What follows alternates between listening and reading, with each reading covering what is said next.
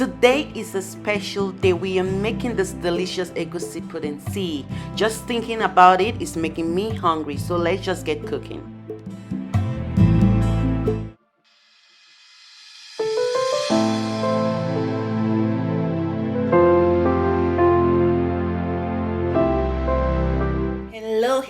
Hello, it's another special day cooking with really tasty cooking. So today we are making this unique special dish known as egusi pudding.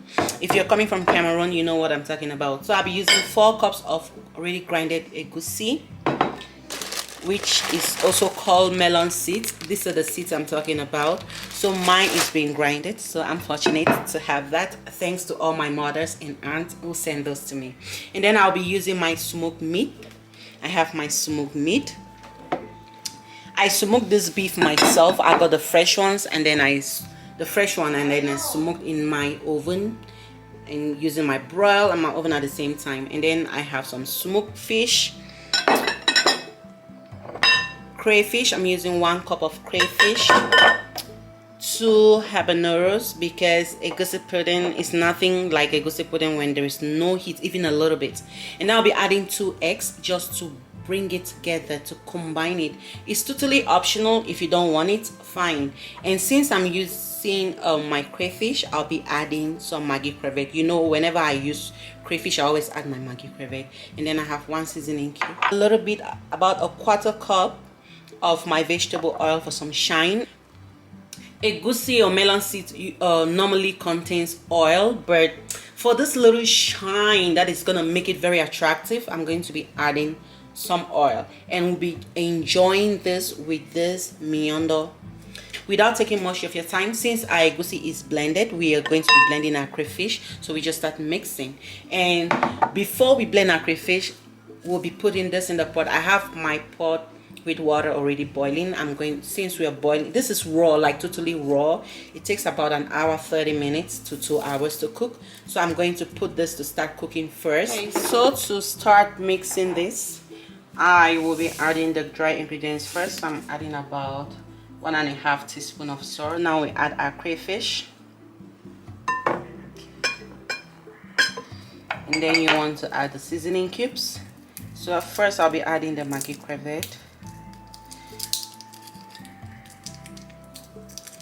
This is one very easy, and it's considered like the neatest to cook, because once you tie it in the leaves, you have no contact with it again, so the person who is eating it has to open and eat. So you don't have to, it doesn't have to do with a lot of touching and all that. So the only touching part is when you're mixing, and you don't really get to touch it like that. So for me, I consider this one of the cleanest any steam tied food, because once you tie it and you start steaming, you don't have to do nothing like touching again. Your water, you want to add gradually and mix, because you really want to make sure this is well dissolved. I'm using slightly warm water, so it will be easier for me to dissolve the egusi, because it has some lumps inside. See, I can't wait, because it's been a while I had egusi pudding, so I just kept procrastinating, like I'll make it tomorrow, I'll make it next tomorrow, I'll make it next tomorrow. Today I just feel like, you know what, let's just do it. Okay, it's going to harden up. Okay, now we're gonna add our eggs. First I'm going to beat my eggs in a bowl before I add. I don't like adding them straight like that. So I whisked my egg. You can choose to add 2 eggs like I'm doing, like me, or you can choose just to add 1 egg, or you can even choose not to add an egg at all. It's up to you. If you don't eat eggs, then eggs is completely optional. But if you eat eggs, please add it. It makes a whole lot difference when you add some eggs. Okay, it makes a whole lot of difference when you add an egg. And now I'll add my vegetable oil for some shine. About 2 tablespoons of vegetable oil.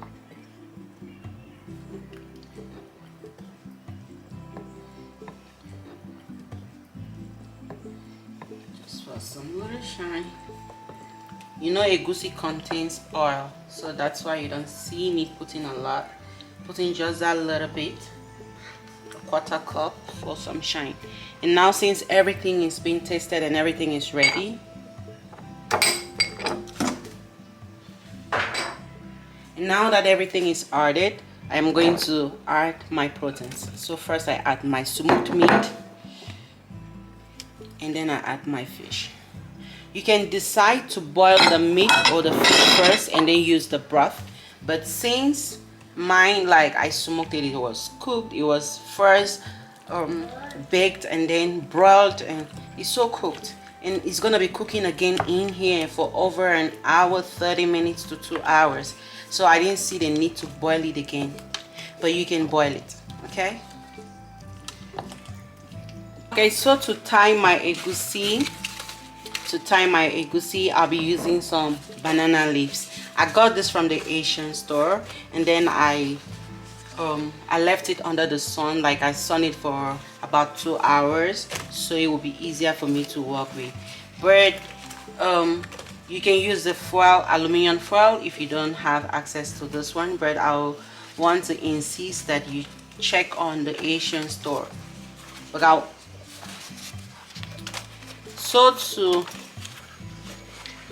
to tie this in my bundles, I'll be using my banana leaves, which I got from the Asian store.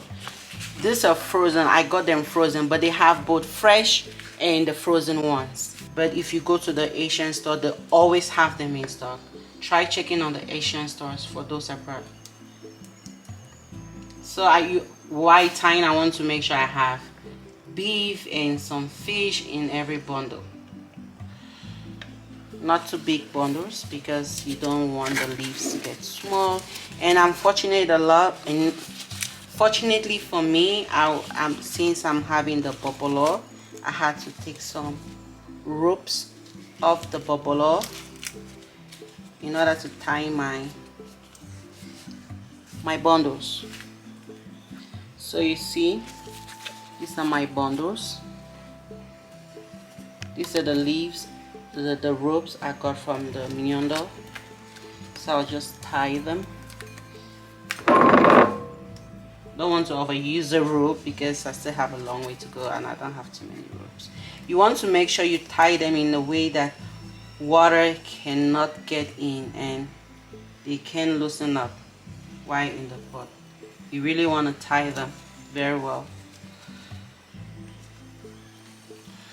Our mothers will always tie it and then they fold the leaves, the head of the leaf down and tie again so water doesn't get in.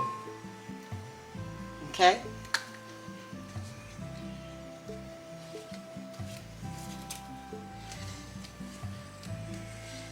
So now you want to tie every bundle like this. See that? It's well tied and wrapped.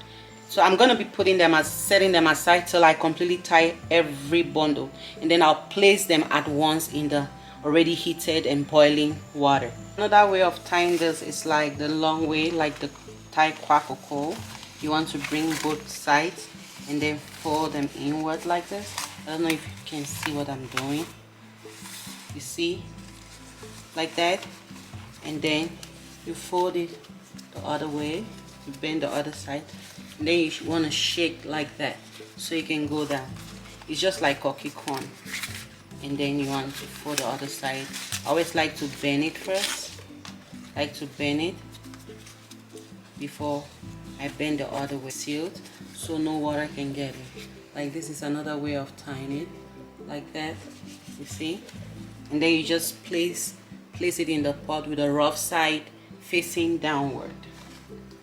Look at the small one, the small tiny one, like it's very tiny. I think my son will enjoy this. Okay, now we are going to be placing them in the pot because like I told you, the water was already boiling. So yeah, we are going to be placing them in the pot. After tying it with my leaves, I want to go again and secure it with aluminum foil because I really do not want any water to get in. And trust me, the leaves were not so good. You don't know, you never can tell water could get in, but since I want to totally avoid that, I don't want no water, I went for that to secure it again with my aluminum foil. I'm going to secure all the bundles before I put in the pot, and then boil for 1 hour 30 minutes. After 1 hour 30 minutes, I'll show you the results, the end result. Securing the leaves again with aluminum foil is totally optional. If you feel that your leaves were good enough and no water was going to get in, or no water is going to get in, you don't have to do this. And before I place this in the water, I'll just wrap some aluminum foil, because I really want to sustain this. I don't want them to touch the pot. They might get burned at some point if I don't add water on time. So you want to wrap them like this. Just a few, about 10 of this or 6. If you don't want to waste your aluminum foil, just a little bit, just wrap it.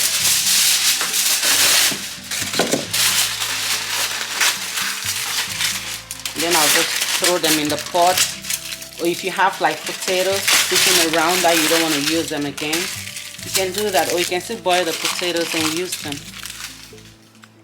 So after placing them in the pot, I'm going to cover the pot with some aluminum foil in order for me to trap the steam inside the pot. But if you have some extra or torn leaves, you can use that. But since I don't have no more leaves, I'm going to use this to trap the steam in the pot.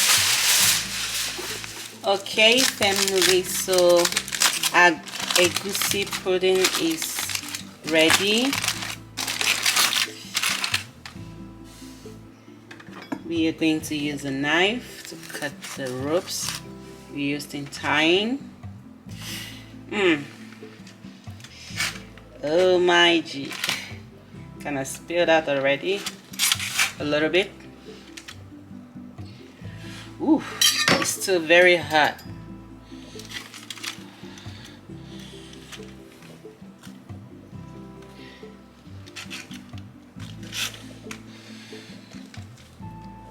Ooh. Okay.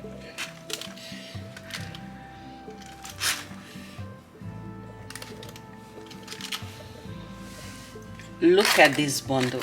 See, tell me you're not hungry. Like, look at this. Just look at it. Like, look very well. Like, take a look. Look at this bundle. You see how nice it looks?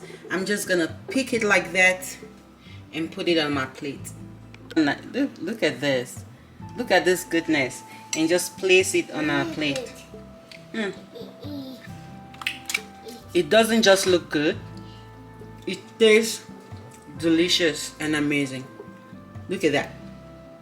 Look at this bundle right here. You can feel the heat. Everything just tastes very delicious. And it was very wise for us to add a little bit of vegetable oil for some shine. Like, look at this goodness. Okay, family, so we are going to cut this and see how the inside looks like. Look at that. Look at this goodness. Look at some meat right here. We have to cut the meat too. The smoked meat, it was just the perfect to use. Just look at that large piece of meat. See that? Thank you so much for staying to the end of this video. Subscribe if you haven't, because staying to the end means you really like what you're seeing. And look at the fish, look at the meat. Tell me, like, just tell me. So thanks for watching. I'll see you in my next video. Like, okay, family, look at this delicious goodness. Tell me.